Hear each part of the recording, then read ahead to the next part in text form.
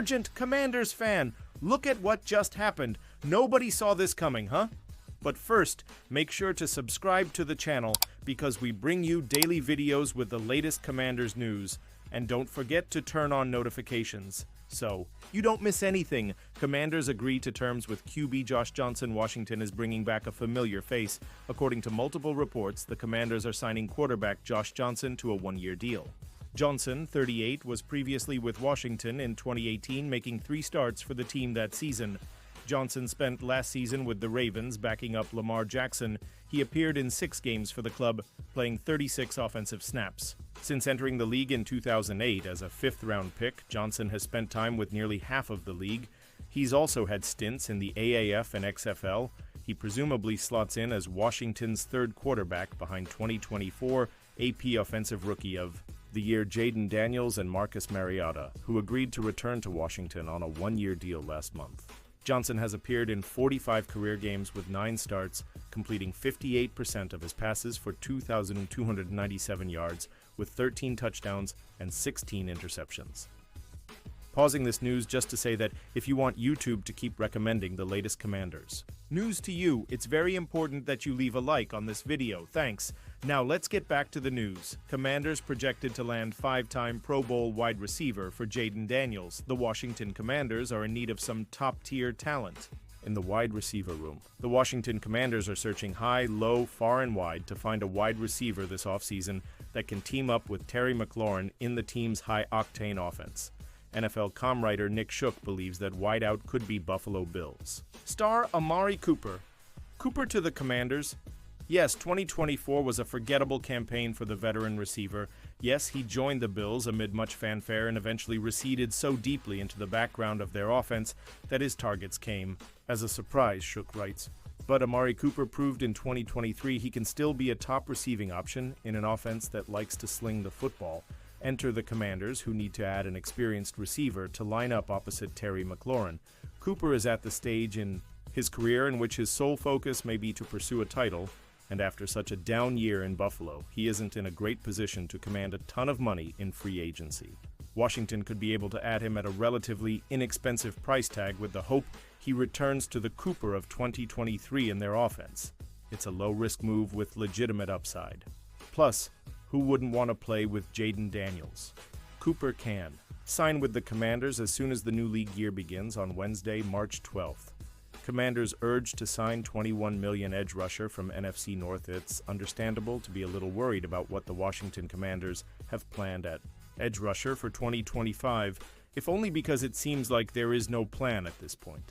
While the Commanders could still use the number 29 overall pick in the first round of the 2025 NFL Draft on an edge rusher, a Super Bowl contender pinning its pass, rushing hopes on a rookie, doesn't seem viable. That's why Bleacher Report's Christopher Knox thinks the Commanders should make a move to sign free agent edge rusher DeMarcus Walker, who was released by the Chicago Bears in a salary cap move on February 21st. The Washington Commanders lost pass rusher Dante Fowler Jr. to the Cowboys. In free agency, Knox wrote, while Washington added Jacob Martin and Dietrich Wise to help replace Fowler, it could stand to bring in another pass rusher. Adding Martin's former Chicago Bears teammate DeMarcus Walker would be a sound move. Walker logged 5 sacks and 23 quarterback pressures while starting all 17 games for the Bears last season. Fowler was the key to the Commanders' pass rush in 2024 as he led the team with 5 sacks as the team went to 125 in the regular season and advanced to the NFC Championship game for the first time since 1991. As a team, Washington was 12th in the NFL with 43 sacks. Commanders spent big on interior DL in free agency. The Commanders did make a splash on the defensive front in free agency, just not at edge rusher. Washington dropped a 3-year, $45 million free agent contract on underperforming defensive tackle Javon Kinlaw, despite already having 2 viable starters on the interior defensive line with Darren Payne and Jerzon Newton. Over the caps, Jason Fitzgerald gave the Commanders an F grade for the Kinlaw deal, which includes $30 million in guaranteed money. Most contracts in the NFL have some level of justification. This does not, Fitzgerald wrote. The Jets signing Kinlaw at 7.5M was a bad one last year, and this just blows that away. 3 years, $45 million with $30 million full at signing. Insane.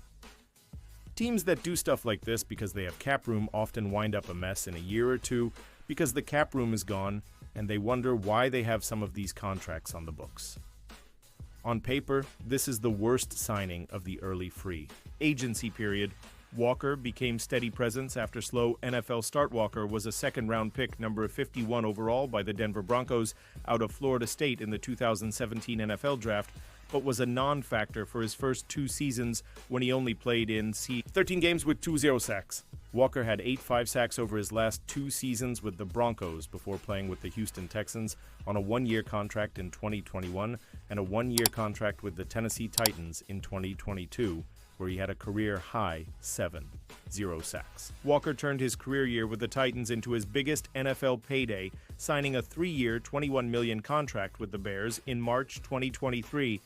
Walker became a full-time starter for the first time in his career in Chicago with 77 tackles, 7 sacks, 16 TFL, and 32 QB hits over 34 games the last 2 seasons. And now, Commanders fan, I want to hear from you. What's your opinion on this? Drop your thoughts in the comments. I don't know if you know this, but your opinion matters a lot for Commanders. I'll be back any moment with more Commanders news. We want Dallas.